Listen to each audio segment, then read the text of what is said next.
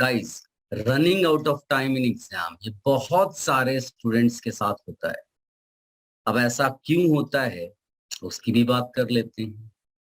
आपने question solve करना शुरू किया, 2 मिनट निकल गए, फिर 3 मिनट निकल गए, लगा बस क्वेश्चन आने वाला ही है, क्वेश्चन सॉल्व ही होने वाला है, फिर 5 मिनट निकल गए।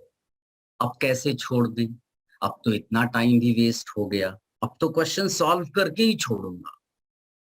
अब लगा कि क्वेश्चन से प्यार हो गया। Do not fall in love with the question. Question time पर ना हो तो उसको छोड़ना सीखें। कोई नहीं पूछने वाला कि आपने कितनी मेहनत से पेपर अटेम्प्ट किया, रैंक आई है या नहीं आई है, बस इस पे लोगों का फोकस रहने वाला है। अभी है वक्त, संभल जा, न कोई दूसरा चारा। क्वेश्चन टाइम पे ना हो तो छोड़ना ही है, जितनी जल्दी समझ में आएगा उतना अच्छा। अभी है वक्त, संभल जा, न कोई दूसरा चारा। गंवा दिया अगर जो वक्त न लौटेगा दोबारा। अगर टाइम निकल गया, वेस्ट हो गया, तो कुछ ना हो पाएगा। अभी है वक्त, संभल जा, न कोई दूसरा चारा। गंवा दिया अगर जो वक्त न लौटेगा दोबारा। और सभी से चाहेगा कहना, मगर न कोई सुनेगा। तुम सबसे कहना चाहोगे कि क्या हुआ तुम्हारे साथ। सभी से चाहेगा कहना, मगर न कोई सुनेगा। लड़ाई जीतने वाला था मगर वक्त से हारा। एग्जाम के बाद कितना भी कहो कि सारे क्वेश्चंस आते थे, केवल टाइम कम पड़ गया, अब उसकी कोई वैल्यू नहीं है। रैंक आएगी, सिलेक्शन होगा, तभी तारीफ होगी। मैं क्या कहता हूं?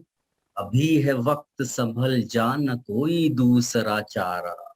गंवा दिया अगर जो वक्त न लौटेगा दोबारा। सभी से चाहेगा कहना, सभी से चाहेगा कहना, मगर न कोई सुनेगा। लड़ाई जीतने वाला था मगर वक्त से हारा। गाइज, नाउ क्वेश्चन अराइजेस कि टाइम मैनेज कैसे कर।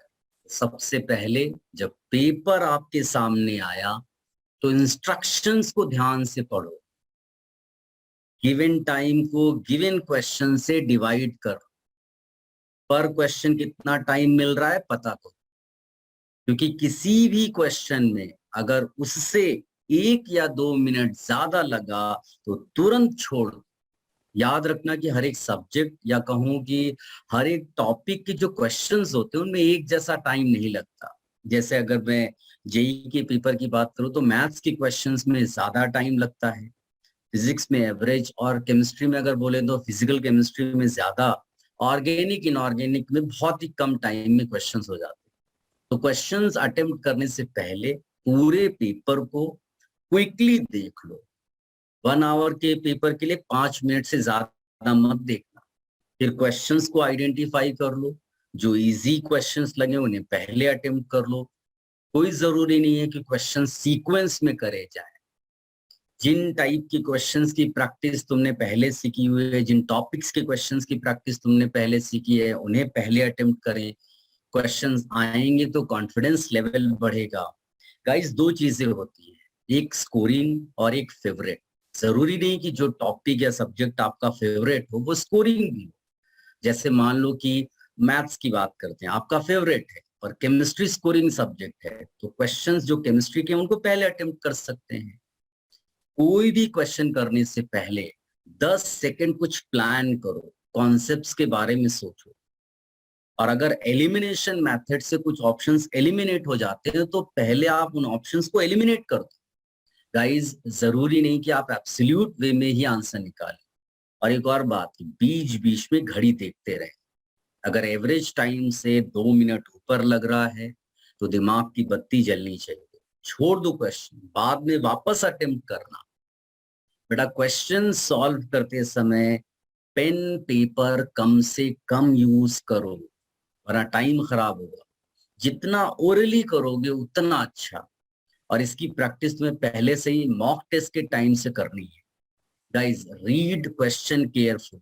बहुत बार ऐसा होता है कि हम क्वेश्चन को गलत रीड कर लेते हैं, तो हमें क्वेश्चन गलत समझ में आया, तो हमारा टाइम उसमें वेस्ट हो जाता है। और जेई पेपर्स में नेगेटिव मार्किंग है, तो याद रखना कि you are not there to solve 100% paper, you are there to give your best.